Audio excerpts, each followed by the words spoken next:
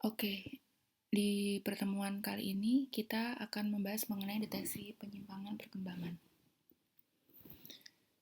Deteksi dini penyimpangan perkembangan untuk mengetahui gangguan perkembangan anak. Jadi seringnya di masyarakat biasanya bilangnya keterlambatan seperti itu ya. Entah itu dari gangguan daya lihat maupun juga gangguan daya dengar.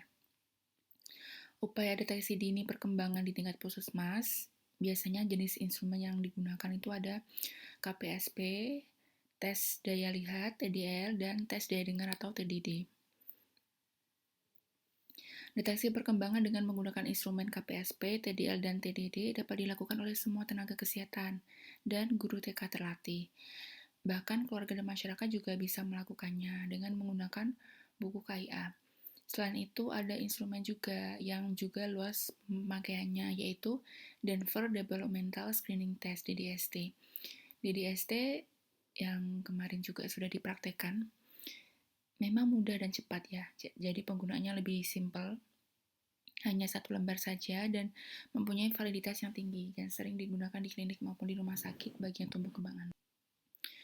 Deteksi perkembangan jadi menggunakan entah itu KPSP, TDL, TDD, itu sangat bisa dipraktekkan di tataran komunitas di masyarakat. Jadi itu adalah suatu screening primer yang bisa kita lakukan setelah nanti kita mengetahui adanya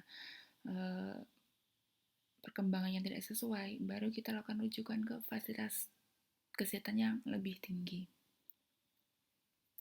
Untuk KPSP, Questionnaire Pra-Screening Perkembangan, itu screening pendahuluan untuk menilai perkembangan anak usia 0-72 bulan. Ada pertanyaan singkatnya kepada orang tua, dan di sini ditujukan kepada orang tua, dilakukan oleh tenaga kesehatan, guru TK, maupun PAUD terlatih. Alatnya dilakukan yang terpenting ada formulir KPSP sesuai umur anak. Kemudian ada alat berupa pensil, kertas, bola, kemudian bola tenis, kerincingan, kubus yang sekitar 2,5 cm itu. Kemudian juga bisa pakai kismis nanti untuk ini ya, untuk mengambil biji-bijian seperti itu, atau benda-benda yang kecil bisa tadi kacang tanah, bisa potongan biskuit juga, karena itu juga untuk mengetahui semacam tadi motorik halusnya seperti apa. Kemudian usia ditetapkan menurut tahun maupun bulan. Untuk kelebihannya 16 hari kita bulatkan 1 bulan. Daftar KPSP itu ada 10 nomor dibagi menjadi 2, pertanyaan yang dijawab oleh orang tua dan dijawabnya ya atau tidak. Jadi tidak ada pilihan ragu-ragu. Cara menggunakan KPSP ketika anak di fasilitas kesehatan, anak harus dibawa, kemudian kita tentukan umur, kemudian kita pilih KPSP yang sesuai dengan umur, kita buka daftar pertanyaannya, kemudian ada 10 nomor itu yang dibagi 2, kemudian pertanyaan yang harus dijawab oleh orang tua maupun pengasuh, dan perintah yang harus dilakukan sesuai dengan pertanyaan KPSP. Kemudian kita jelaskan kepada orang tua agar tidak ragu-ragu atau takut menjawab, karena harus tepat untuk menjawabnya apakah iya ataupun tidak. Kemudian pastikan orang tua tersebut paham dengan apa yang kita tanyakan. Kita tanyakan urut satu persatu, jadi tidak bisa dari satu langsung ke nomor 10, tapi kemudian 1, 2, seperti itu, lalu kita catat.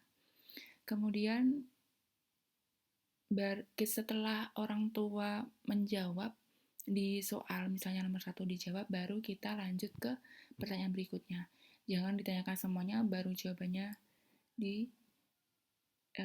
dijawab oleh orang tua, seperti itu. Kemudian kita teliti mana yang kira-kira tadi terlewat. Interpretasi. Jika jawaban ya berjumlah sekitar 9-10 berarti perkembangan sesuai. Tapi jika kurang dari 9, perlu diteliti. Kira-kira benar nggak kita menghitung usia? Kemudian pertanyaannya sudah benar belum dengan usianya, kelompok pertanyaan sudah benar belum, seperti itu. Kemudian kesesuaian jawaban orang tua dengan maksudnya. Jika mungkin pemahaman orang tua tidak sesuai dengan apa yang kita tanyakan, maka harus diulang. Jika 7-8 dan itu meragukan, ya, kita perlu memeriksa sekitar 2 minggu setelah pemeriksaan awal dengan pertanyaannya sama. Jika jawabannya itu sama, maka kemungkinan ada penyimpangan. Jika dari awal sudah berjumlah sekitar 6 atau kurang, maka kemungkinan ada penyimpangan di anak dan anak segera perlu dirujuk untuk di rumah sakit untuk adanya pemeriksaan lebih lanjut. Untuk TDL itu memeriksa ketajaman daya lihat berusia sekitar 3-6 tahun dan dilakukan setiap 6 bulan. Di sini TDL untuk mendeteksi adanya kelainan daya lihat pada anak usia prasekolah secara dini, sehingga jika ada penyimpangan awal, maka bisa segera ditangani.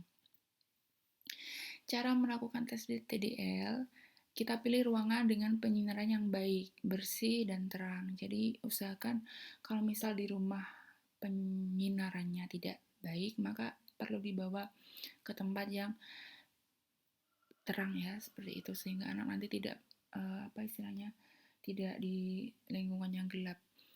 Kita gantungkan kartu E yang setinggi mata anak dan anak posisinya duduk. Kita letakkan kursi 3 meter dari kartu E, tempat anak duduk tadi. Kemudian kita letakkan kursi lain di samping poster E untuk pemeriksa. Jadi intinya di sebelah poster E tadi ada pemeriksa. Kemudian pemeriksa memberikan kartu E kepada anak. Jadi kita arahkan dulu anak untuk mengarahkan kartu E, apakah ke atas, ke kiri, ke bawah, sesuai dengan yang ditunjuk pada poster. Kemudian dengan alat penunjuk, nanti pemeriksa menunjuk huruf E pada poster satu persatu, mulai dari baris pertama huruf E yang berukuran paling besar sampai baris keempat atau baris E terkecil yang masih dapat dilihat. Dan jangan lupa ketika anak nanti bisa menjawab, jangan lupa berikan pujian. Baik, bagus sekali adik, seperti itu. Karena itu akan memotivasi anak untuk semangat ya, untuk dia bisa terapresiasi, dia akan menjadi punya istilahnya kemauan lagi untuk mengikuti arahan kita. Kemudian kita ulangi pemeriksaan pada mata satunya dengan cara yang sama. Jadi kiri ditutup dulu bisa atau kanan dulu bisa, intinya gantian. Interpretasi daya hasil pemeriksaan. Jika anak bisa melihat huruf E pada baris ketiga, berarti normal ya. Tapi bila pada baris ketiga tidak dapat melihat, maka perlu dirujuk untuk pemeriksaan lebih lanjut. Interpretasinya, jadi selain tes tadi TDL, maka perlu ditanyakan dan diperiksa. Seperti misalnya ya, keluhan pada mata, misalnya matanya merasa gatal, panas, penglihatan kabur maupun pusing. Kemudian misalnya perilakunya, apakah anak itu membaca terlalu dekat atau sering mengkedip-kedipkan mata, bermasalah dengan matanya, mungkin ada benda yang masuk. Nah, itu perlu juga kita periksa. Bisa juga ada kelainan, misalnya ada bercak tadi ya, bercak bitot, kemudian ada juling, mata merah, maupun keluar air.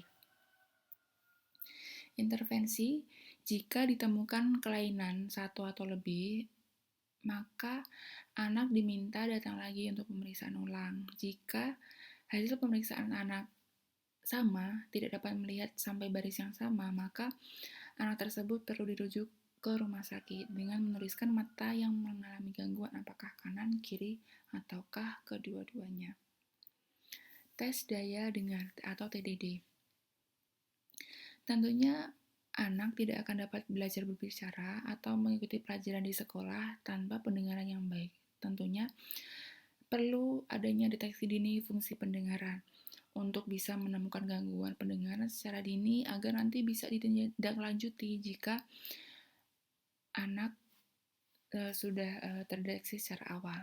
TDD ini dilakukan setiap 3 bulan pada bayi usia kurang dari 12 bulan dan setiap 6 bulan pada anak oleh tenaga kesehatan, bisa guru TK, bisa guru PAUD. Untuk peralatan yang diperlukan adalah instrumen untuk TDD sesuai usia anak. Bisa tadi gambar binatang, ada ayam, anjing, kucing, manusia, dan mainan, bisa boneka, kubu, sendok, cangkir, dan bola. Tes daya dengar ini berupa pertanyaan, jadi disesuaikan dengan kelompok anak. Jika ya, menurut orang tua, berarti anak dapat melakukan perintah. Jika tidak, berarti anak tidak dapat dan atau tidak mau melakukan pemerintah. Dan jika anak di bawah 12 bulan, pertanyaannya diajukan untuk kemampuan 1 bulan terakhir. Setiap pertanyaan perlu dijawab ya. Apabila ada satu atau lebih jawaban tidak, berarti pendengaran anak tidak normal, sehingga perlu pemeriksaan lebih lanjut. Oke, sekian untuk perkuliahan kita hari ini. Semoga bermanfaat dan sampai jumpa di perkuliahan kita berikutnya.